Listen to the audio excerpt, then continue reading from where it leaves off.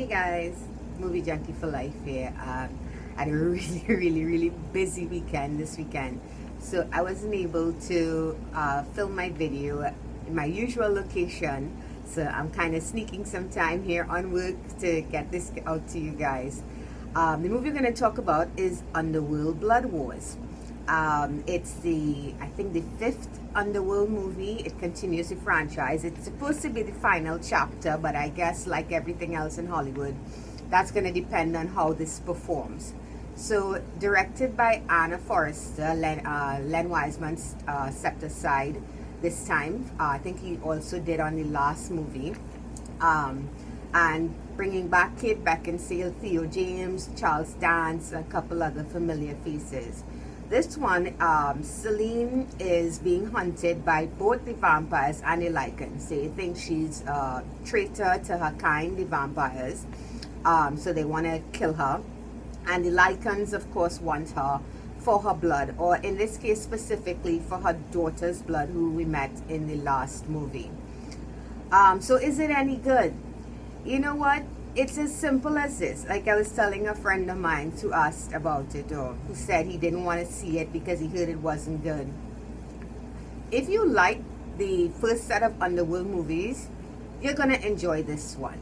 If you didn't like it, you're not going to find anything here that's going to make you change your mind. Because at the end of the day, I've always considered all the Underworld and all the Resident Evil movies, because it's kind of a similar franchise, to be exactly the same. These movies fall in a category for me of just okay. They're not bad films per se, but they're not going to be the type of movies. They're not Marvel level movies. They're not any kind of award-winning movies. It's just fodder for a few minutes to enjoy and then forget about. Underworld Blood Wars had a couple things I kind of liked. It was a little more brutal than I expected it to be.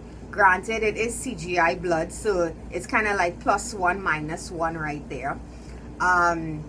Kate Beckinsale, at this point, she could do Celine in her sleep, and yet she still is engaging. She doesn't come across as somebody who's just cashing a check for the role that she's in. You can tell that she's invested, and that goes for everybody else involved. Charles Dance and Theo James, and I forgot the guy's name. He's on this show right now. Oh my god, Outlander. He's the villain in Outlander. So it's everybody is doing the best they can with the material that they're given. That said, it's not like if the script written is anything like worth, it's not award-winning, you know, that kind of thing. The story here was fine. Again, it's the Lycans versus the vampires. It's nothing to really that you haven't seen before. I don't like the Lycan transformations. I never have. I never have. They don't look like werewolves to me. They look like some kind of giant bat monster thing. They don't look wolf-like to me. I've never ever liked them. The first movie, I think, was the best transformations we got, and after that it just went down. So visually, Underworld, the Blood Wars, it wasn't really anything too great to look at. It did have a couple of things in there that I liked. The costumes, I mean, everybody was wearing black for some reason, which I thought was stupid, but the costumes were designed really well. Again, Celine looked amazing, and they did kind of up her look at the ending of the movie. I won't get into it too much. They also introduced some different vampires who also had a very different look. I don't know what's the point of introducing these vampires if you're saying this is going to be the end. And as a matter of fact, how the film ends, it does not end closed. It's an open-ended ending. So I think they're hoping that this movie is going to do well enough to warrant another, maybe a spin-off concerning Celine's daughter. I'm not really giving away anything here, because if you saw the last Underworld movie, you're aware that she has a daughter. Why give her a daughter who's a hybrid if you're not planning on expanding the franchise? But overall, guys, this movie is as average as the Underworld films that have come before. The first Underworld movie was something to behold at its time. It was stylish, it was sleek, It was a fun type of film that we've never really seen vampires and lycans in that way before. But at this point, it's gotten a bit stale. And aside from a couple outstanding moments, I mean, the fight sequences, a couple of them were okay.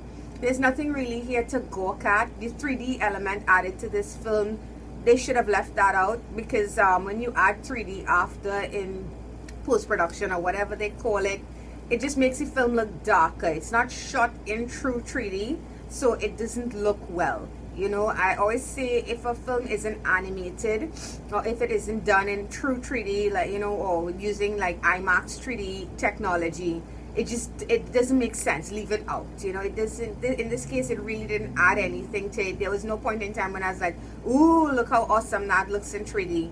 It just was flat, you know, and it wasn't necessary. Overall, guys, I'm gonna give Underworld Blood Wars a 5 out of 10.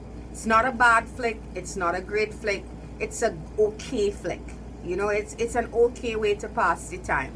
And it doesn't really do any disservice to the rest of the franchise, because as far as I'm concerned, the entire franchise is just okay. So Underworld Blood Wars gets a 5 out of 10 from me. And it's in cinemas right now if you guys want to check it out yourselves. I kind of suggest you wait till it comes out streaming or on DVD to check it out. I don't really see any reason to go cinemas to see this one. But maybe you have some time and you're looking for popcorn fodder, check this one out. Underworld Blood Wars, 5 out of 10. And that's it, guys. Till next time. Bye-bye.